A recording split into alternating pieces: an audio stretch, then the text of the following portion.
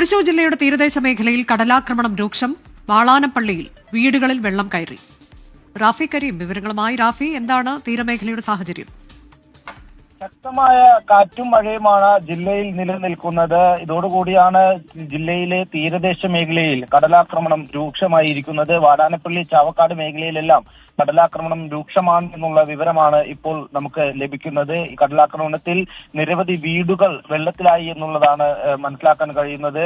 വാടാനപ്പള്ളി ഭാഗത്താണ് ഈ വീടുകളിലേക്ക് വെള്ളം കയറുന്ന ഒരു സ്ഥിതി ഉണ്ടായിരിക്കുന്നത്. ഒപ്പം തന്നെ ഈ മേഖലയിൽ റോഡും തകർന്നിട്ടുണ്ട്. ഒപ്പം കടലാക്രമണം രൂക്ഷമായതോടെ തീരത്ത് ഉണ്ടായിരുന്ന തെങ്ങുകളെല്ലാം മറിഞ്ഞു വീഴുന്ന ഒരു സാഹചര്യവും ഉണ്ടായിട്ടുണ്ട്. ഈ മേഖലയിൽ നിന്ന് ആളുകളെ മാറ്റി പാർപ്പിക്കുകയും ചെയ്തിട്ടുണ്ട്. ഇന്നലെ മുതൽ ഈ തീരദേശ മേഖലയിൽ കടലാക്രമണം രൂക്ഷമായിരുന്നു.